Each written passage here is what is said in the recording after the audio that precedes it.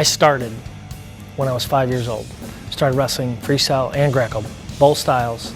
The meat of my folk style knowledge started coming between my 8th grade and freshman year. Well, by that time, 13, 14 years old, I'd been wrestling 9 years.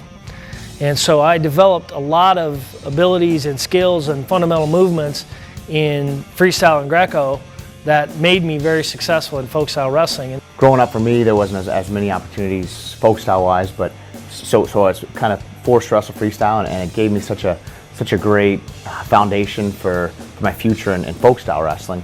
And the difference in positioning and not putting yourself in danger, which allows you to just become a better wrestler overall. It's a growing product of what you put into it, and being able to wrestle being versatile in your different wrestling skills is only going to help. I mainly focused on folk style, and I just wrestled scholastically through tournaments, and I was getting better every single day, doing my best. And then when I look back on it and I see my biggest jumps started when I started wrestling freestyle and Greco.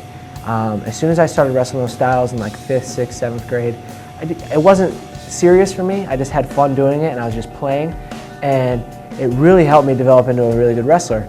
And I continued it all the way through high school. I took a couple years off once I got to college, but then started right back up again. And as soon as I started up again, started getting better again. Looking back on my wrestling career, I feel like the success that I had both on the freestyle mat and on the folk style mat, a lot of my folk style success was directly attributed to my freestyle wrestling, whether it was the extra training or competitions that I got in the summer, but more importantly and technically, I think it's the aspects of freestyle wrestling that make you a better folk style wrestler. You have to be more diligent about your execution. You have to prepare with no flaws in your wrestling. Folk style allows you to have breaks in your execution, meaning you can go across your back and not give up points. Freestyle, you have to be perfect in your execution, and that I felt was the biggest asset for me of freestyle wrestling and how it helped my folk style wrestling.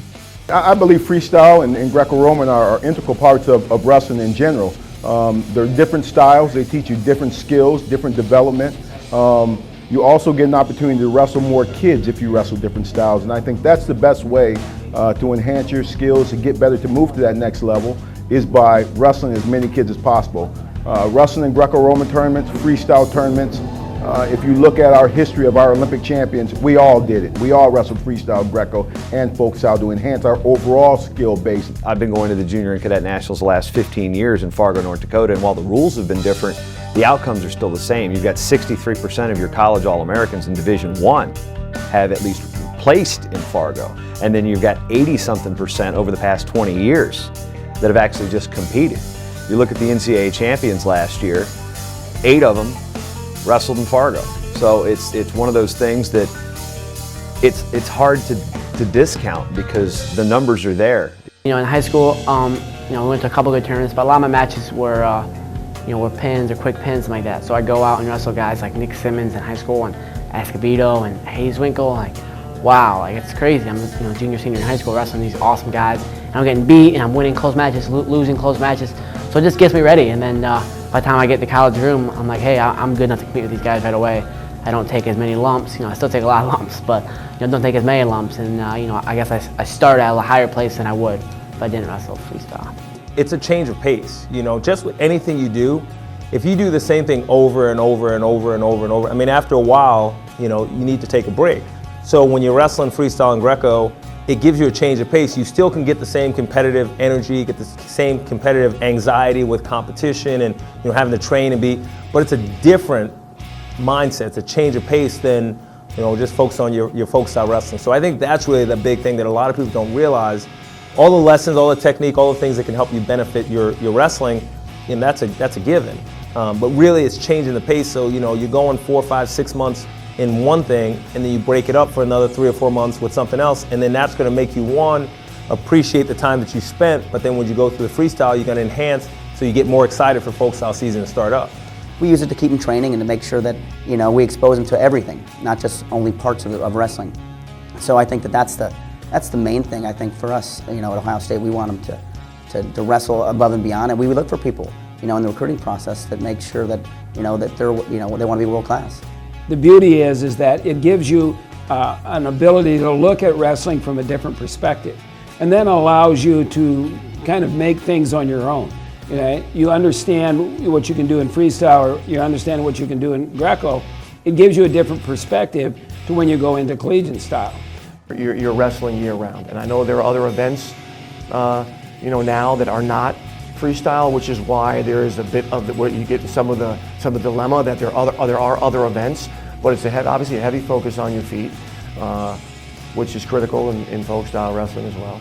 I mean, there's a lot of folk style wrestlers and folk style wrestling coaches that have this belief that the coaches believe their wrestlers barely know how to wrestle folk style. Why would they want to confuse them with an international style of freestyle? But the truth of the matter is there are a lot of freestyle techniques that are absolutely imperative for even a beginner folk style wrestler to understand. The bottom position, the primary way you don't get turned is you extend your arms and your legs. Well, when you're teaching a beginner folk style wrestler to maintain a base, you explain it as a table. The wider apart the legs are, the more stable the table is. It teaches you unbelievable position, it teaches you counter offense, it teaches you hand fighting. You have to have a freestyle background. I think it teaches you to finish quick and clean. Those are the things that we look for in college wrestling, because there's so much funk going on. When you learn to finish quick and clean, you don't have those issues. If you really want to be the best of the best, you're going to have to wrestle freestyle. And if you don't have that foundation at a young age, it's going to take you a little while to bridge that gap once you're done with your folk style wrestling after college. And if you want to be a world champ, Olympic champ, you got to have that foundation of freestyle wrestling. Preventing kids from going to Fargo or junior duels or any freestyle or Greco-Roman event can be detrimental, and as the stats validate, there's a high level of success even just by going. You've improved yourself significantly. So it's extremely important that we never lose sight of that we never lose sight of the freestyle win or the Greco win, and that we continue to push our kids into that style of wrestling. Freestyle is that tool that will sharpen all of your offense. It will sharpen all of the assets that you have for your folk style wrestling. I mean, it's just if you want to get to the very top, that's just part. You absolutely have to go that path.